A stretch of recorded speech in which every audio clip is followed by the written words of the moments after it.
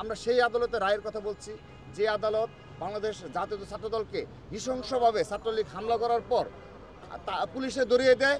তো সেখানে আমাদেরকে আদালতে যাওয়ার পর আরও উল্টো ৩-৪টা মামলা দিয়ে আমাদের কারাগারে প্রেরণ করা হয়।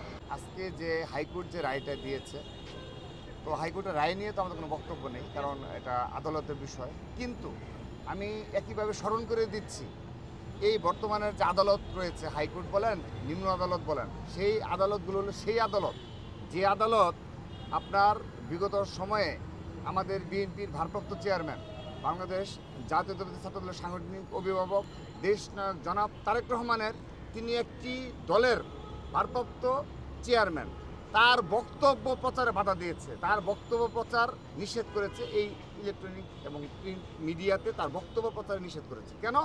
কারণ তার বক্তব্যে এই বাংলাদেশের সাধারণ শিক্ষার্থীরা এবং তরুণ প্রজন্ম এমনভাবে উদ্বুদ্ধ হয়েছে যে তারা দেশপ্রেমের চেতনায়, তার রাজনীতিতে আদর্শে দীক্ষিত হতে যাচ্ছে এবং তার আদর্শে দীক্ষিত হয়ে তারা সেই তরুণ প্রজন্ম রাজনীতিতে প্রবেশ করতে যাচ্ছে।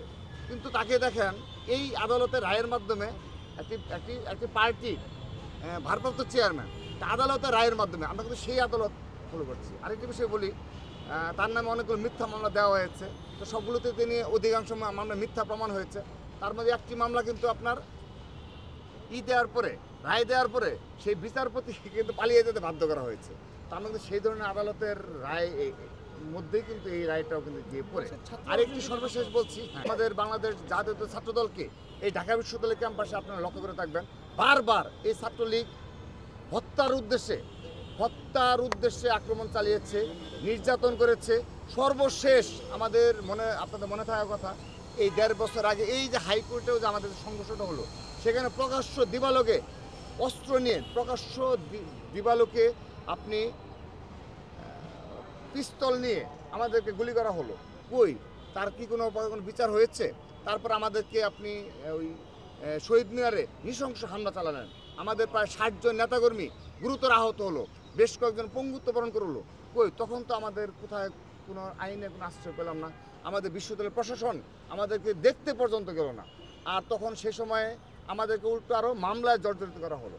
আমরা সেই আদালতের রায়ের কথা বলছি, যে আদালত বাংলাদেশ জাতীয় ছাত্রদলকে নৃশংসভাবে ছাত্রলীগ হামলা করার পর পুলিশে ধরিয়ে দেয়।